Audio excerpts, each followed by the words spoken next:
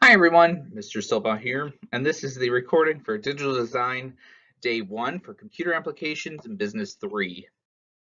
Alright, so for the Digital Design unit in Computer 3, it's kind of a continuation from Computer Applications in Business 2. So a lot of the topics are more assuming that you have some basic knowledge of digital design. For us, though, if you do need a refresher because you didn't have Computer 2 with me or you don't have exposure to digital design, I would suggest reviewing the help links that I've posted in Schoology to help you out with that and kind of guide you through some of the basic topics. So for this lesson, our objectives and standards are as follows. We're going to apply special formatting, but not limited to adding gradients to frames, text wrapping, and positioning. Essentially, we're looking at some advanced formatting features, and there's more than just the ones that were talked about, but those three I'm going to talk about in specific. Also, we'll be talking about how to insert graphics from files. I'm grading you this unit. There are 3 labs for this unit, Pub 1, Pub 2, and Pub 3. There's also going to be a publisher flyer. That's going to be a practice. This will be a practice assignment to see how well you have been practicing the assignments as well as the labs and what I've been teaching. So it's mostly going to be looking at have you started to practice the skills that are required of you for this unit. For your mastery assignments, we'll have a quiz at the end of this unit, and we'll also have a mastery flyer, which will demonstrate, your mastery of the concepts that we've been talking about. Also in this unit will be a case study, and you'll find more about that next week. So here's the unit schedule. This unit is one of my favorite units. However, it's also one of the shortest units. We're only going to spend 2 weeks on this because there's only 5 standards for Computer 3 in digital design. So for this lesson, we're going to be talking about formatting, sales, and graphics that cover standards 02.01 and 02.02. Also assigned will be Lab Pub 1. Then the next lesson, we'll talk about creating from scratch, basically saying, oh, no templates. That's standard 02.03, and that's going to be covered in Lab Pub 2. And then lastly, saving to file and printing. That's going to be 02.04 and 02.05. And basically that covers how to save in different file formats, as well as how to print if you ever decide to print. Thursday and Friday of this unit will be a work day. Monday is no school of the second week of this unit. And then Tuesday and Wednesday next week will be the case study day. Your practice is due, going to be on the Tuesday of that week. And then your case study will be due on the Wednesday as well. You have 2 days to work on your case study, but it's due on the second day. Thursday is your final work day, and then Friday will be the work day to get all of your stuff done. Your mastery assignment is due, all of your labs are due if you haven't turned them in by now, and then you'll also have your quiz. Your quiz will be 10 questions. It'll be taken in Schoology. All right, so for this unit, as I discussed, it's a review of Computer 2 topics, but however, not everyone has Publisher. When I taught this unit last semester for Computer 2, or last year rather, we all had access to Publisher here in the lab. However, because of this, I put Canva in your Clever accounts because some people in this class are going to be in person, some people in this class are completely online, and so I want to make sure that everyone has an opportunity to complete the assignments and meet the standards. So you can choose to complete it in Publisher, just all in Publisher. You can choose to complete it in Canva and all in Canva, or you can do both, okay? I'll go over how to access Canva in the later slides. We do have the free version of it. It's limited, but it's not to the point where it's going to completely shut down your work, okay? I'll discuss a little bit more in detail when we get to those slides. All of the assignments are going to be submitted through Schoology regardless of your program. You'll upload them to the Dropbox for each assignment and then turn it in that way. Also, as I will note, this PowerPoint, as well as the PowerPoint for Lesson 2 and Lesson 3, will be divided by Canva and Publisher. I'll go over Publisher first and then Canva later. You're welcome to obviously stay and watch both parts. However, when I post this, I'll let you know what time frame will be there so you can skip ahead for each part. This is going to be a long recording, just as a FYI, so skip through the parts that you need to skip through and watch what you need to watch. You could always come back and watch this again. All right, let's talk about Publisher first, and then we'll talk about Canva later. So in Computer 2, the way that you launch it is you go to Start and Publisher, okay? Not really hard. You can also search for it. You could put it on your desktop if you want, however you want to get to it. Discovered standard 04.01 in Computer 2. You could also use templates, which was in Publisher. Every Microsoft Office product has templates. However, the focus of this course moves away from templates. So we're going to talk about more about how to create your own work and your own ideas. With a template, you can either start from scratch with blank paper. You could also start with a template and have everything pre-made. It makes your life easier. However, as I said, the focus now is create your own work and your own ideas and be as creative as possible. In Publisher, we have what's called the ribbon. This is across all Office products, Microsoft Word, Microsoft PowerPoint, Microsoft Excel. They all have a ribbon at the top of the screen, which contains all of your important tools. The ribbon in Publisher is divided into certain tabs. There's a little bit less tabs in Publisher than other applications, but you have the Home tab, which is all of your basic formatting tools, such as font size, font, color, things of that nature. Insert, this is how you insert things like pages, text, charts, so on and so forth. Page design, this is how you design your page, how it's going to look, color scheme, size, rotation, all of that. And then lastly, we have mailings, and this is mostly if you're going to make like an envelope or a letter or things of that nature, it has some specific features. And of course, the rest are fairly similar to Office products. So the focus of this unit in Computer 3 is all about advanced features and making your own work. So our standard is 02.01 in the Computer Applications 3 framework. We're going to be going beyond creating basic publications. The focus is creating advanced publications in our own from scratch. This first standard for this unit focuses on special formatting. Now, this is not a complete list. Feel free to go beyond this, explore, and make it your own, okay? If you're going to use Publisher, great, make it your own. So the first topic discussed in the standard is adding gradients to frames. So you can insert your own borders and frames into your document, and you do that by going to Insert, and then clicking on Borders and Accents. It looks like that. Then you can select your own border or frame. They call them bars, and they're a little bit interesting because of the fact they're usually really small, and you have to stretch them to fit your frame. Publisher's nice to let you know around the border how much space you have, so you can actually align your bars up to that frame and adjust them however you need to in order to make kind of your own border or frame.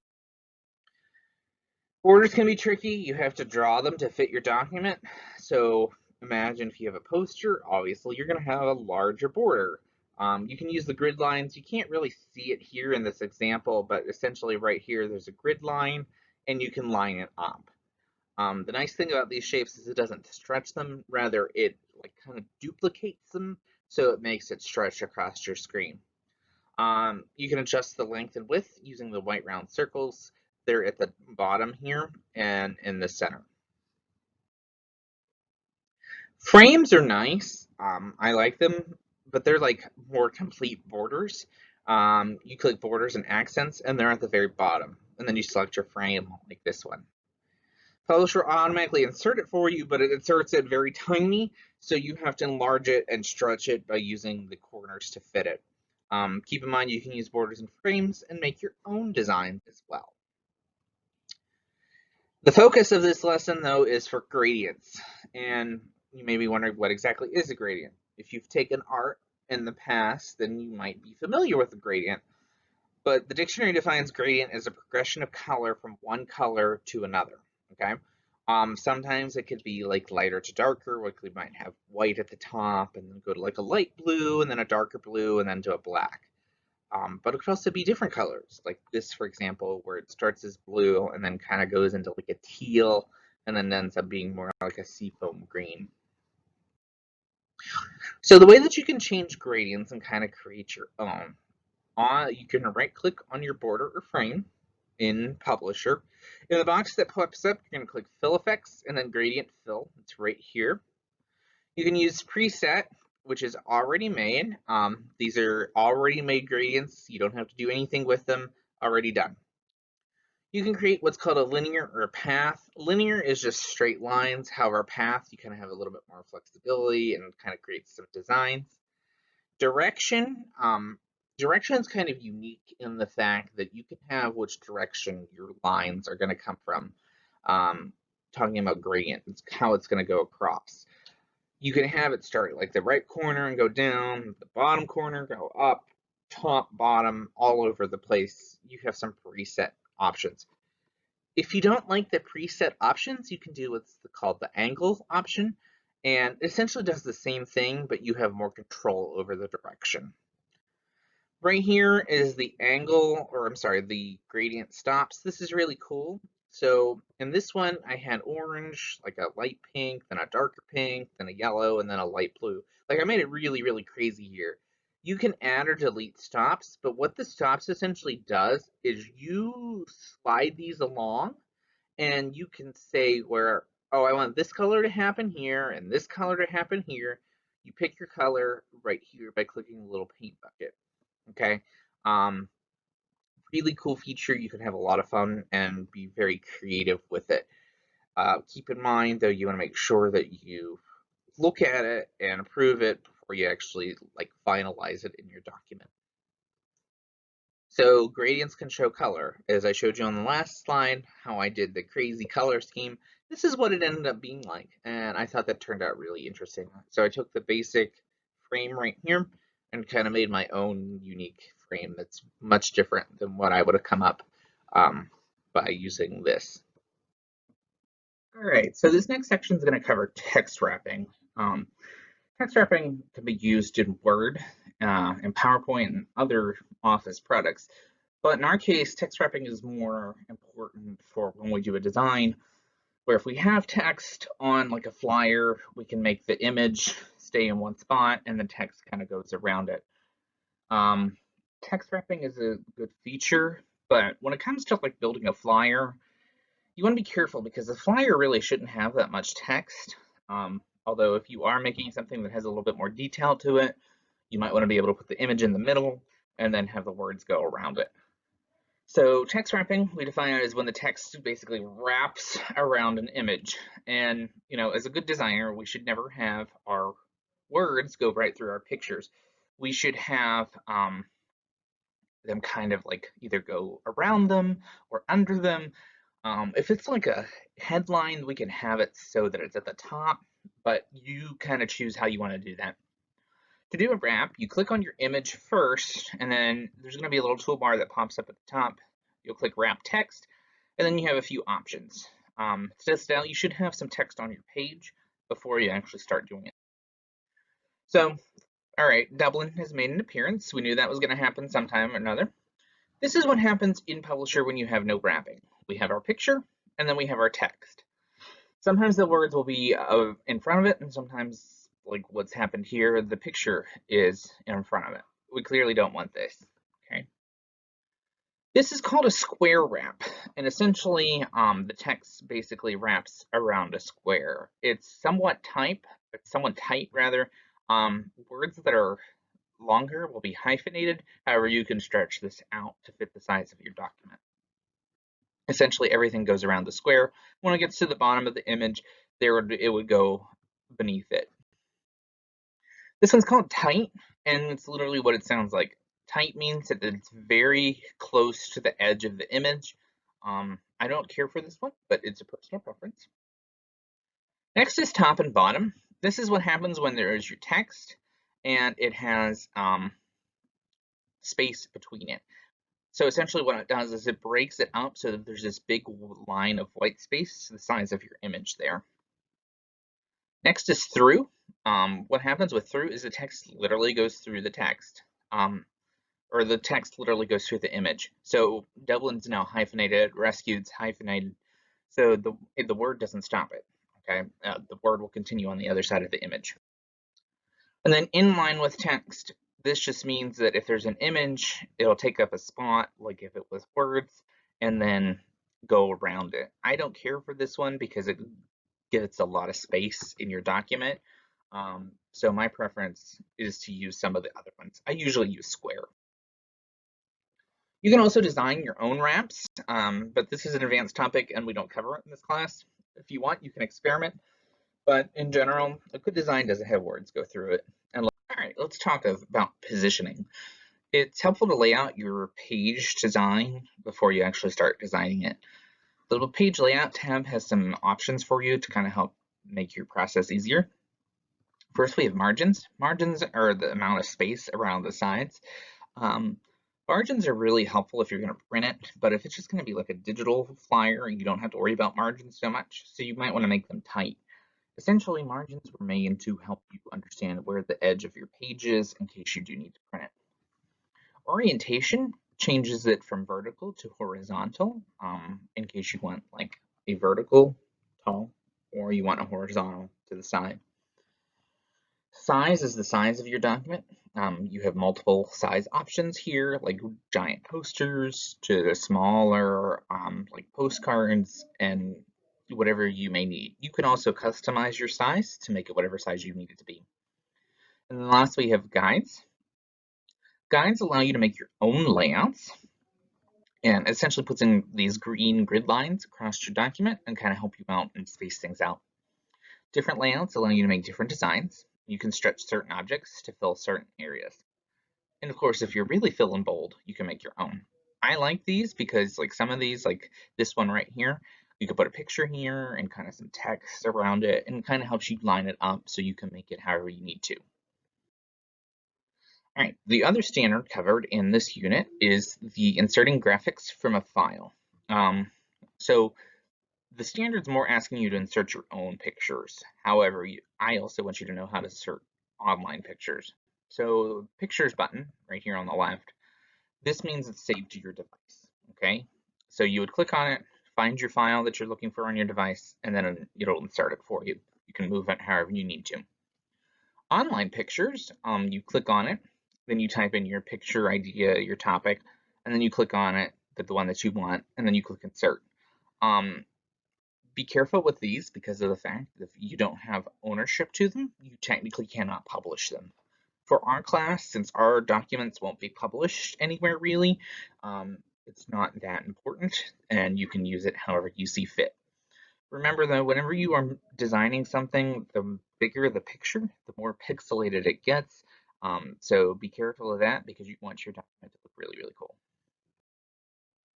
All right, this section is the Canvas section. So if you are just joining us, we're going to talk about the Canvas section. Canva is an online digital design program. It's one of my personal favorites, and we have access to a free account. You can share things for me using a link. Like you can actually link it and send me the link, or you can upload the file to me. I've posted a tutorial link in Schoology, give you a few little short modules that help you guide through it and teach you the basics. So I won't be covering the basics. I'll cover the basics briefly in this presentation, but the rest of it is up to you if you want to investigate and use this. If you're unfamiliar with Canva or you want to explore it more, make sure you use the tutorials. Canva is really easy to use. All right, to find Canva, it's under my folder in your Clever, and I've highlighted it here for you. It's the blue circle. So to get started, you'll have a home screen, and then you're going to click on Create a Design. It's the big teal button at the top right, and then you pick whatever you need. I would suggest Flyer, but they have posters, presentations, stuff for Instagram. Like you can go pretty crazy here. So this is a layout, and I know it's a little hard to see, but basically right here is your canvas, and you can add new pages, like if you wanted to make a catalog or like multiple flyers. On the top here, You have the options to change some, like to go back, the file name, share it. Um, Here's the option for Canva Pro that does cost. We only have the free version. Anything beyond that's on your own. You can download it, and this is the option for publishing. We'll talk a little bit about that in a bit. Over here you have templates. You can use templates, but we're trying to avoid those right now. You can have uploads where you upload your own pictures and videos, photos, or you can search Canva's photo library. Elements, those are different like cool things that you can add. You can add text, videos, you can add your own background, folders. Folders is more so saving your own stuff. So to turn in work, when you're done, you'll click the little button that's the down arrow next to print posters. If you're feeling really ambitious and really creative, and when you're done, you want to, send away to get your own poster, you can do so, but that's going to be on your own money. You'll click on that link um, to find your options. If you're ready to turn it into me, you'll click the share button. You can do it that way, or you can download it as a PDF. It's in this list, or you can do it as an image file like a JPEG. Like I said, if you really like your work, you can have it printed, but that's on you. So in this unit, we're talking about the standards of advanced design. So the first one is borders and frames in Canva. On the side, you click on the Elements tab, and then you have a whole bunch of frames. You can also click the See All button to see more of them. And here's an important note. You cannot send me something that isn't labeled free. The way that you tell if it's free, you put your mouse or your finger over it, and if it's just free, it's free, and you can use that. But if it does have like a cost associated with it, that's on you if you want to do that, but otherwise stick to the free stuff because I definitely will. And also if you can use like the paid stuff in your document when you're designing it, but you can't download it or send it to me until you've actually paid for it. So I would recommend using free stuff only, which there's a ton of stuff for free in Canva's library. All right, so let's talk about frames in Canva. Frames are a little bit different in Canva. You can resize it however you want. You can make it so it fills up the whole canvas, or you can just have certain parts of it. There's a purple box that'll pop up in Canva to help you assist in sizing it. And these white circles, you can't really see them here, but they help you stretch it out. And there's an arrow right here at the bottom. I cut it off that will help you rotate it if you need it. With frames, you notice that there's this little green like background with the field. That can change. So as I said, you don't want the green hill background. You can add color to it by clicking the color tab at the top. It's the top left. At this time, you cannot apply gradients in Canva, but you can also, cool feature, use images. You can do the same thing in Publisher as well, but in Canva, you can make the frame be like an image. Text wrapping in Canva is not available. However, you can kind of make it your own. You can have it along the sides and have it like against the frame or the picture, or you can put it like next to it. You can also layer it, put the image behind it, and have it on top of the image. You can kind of go as crazy as you want here with this.